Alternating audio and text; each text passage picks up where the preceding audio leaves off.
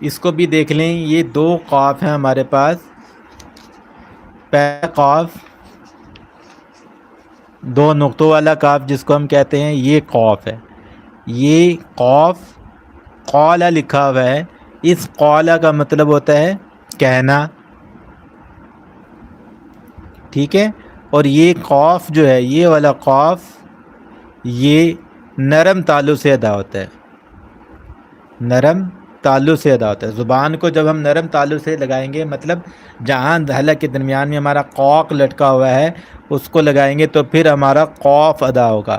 لیکن یہ جو قاف ہے، دوسرا جو قاف ہے، یہ اگر ہم اس سے کہیں گے، اس سے لفظ بنائیں گے قالا، یہ والا قالا پڑھیں گے تو اس کا مطلب ہوتا ہے تمام یا کھاؤ، ٹھیک ہے. تو یہ جو قاف ہے، یہ والا جو قاف ہے، یہ سخت تالو سے ادا ہوتا ہے. زبان کو جب